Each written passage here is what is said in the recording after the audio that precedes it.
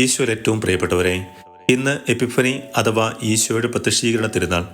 ദൈവസ്നേഹം മനുഷ്യന്റെ രൂപത്തിൽ ആട്ടിടയന്മാർക്കും രാജാക്കന്മാർക്കും ജ്ഞാനികൾക്കും ലോകം മുഴുവനും തന്നെയും വെളിപ്പെടുത്തിയതിന്റെ ഓർമ്മപ്പെടുത്തൽ.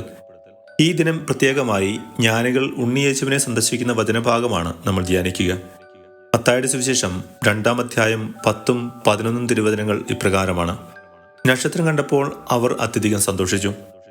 അവർ ഭവനത്തിൽ പ്രവേശിച്ച് ശിശുവിനെ അമ്മയായ മറിയത്തോടുകൂടി കാണുകയും അവനെ കുമ്പിട്ട് ആരാധിക്കുകയും ചെയ്തു.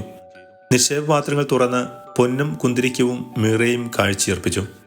സ്നേഹമുള്ളവരെ, ആ ജ്ഞാനികൾക്ക് വിവേകത്തോടെയും ബുദ്ധിപരമായും പ്രവർത്തിക്കുവാൻ സാധിച്ചതിനാലാണ് ഉണ്ണിയേശുവിനെ കണ്ടെത്തി ആരാധിക്കുവാനും ഹെറോദോസിന്റെ കരങ്ങളിൽ പെടാതെ ഉണ്ണിയേശുവിനെ സംരക്ഷിക്കുവാനും സാധിച്ചത്.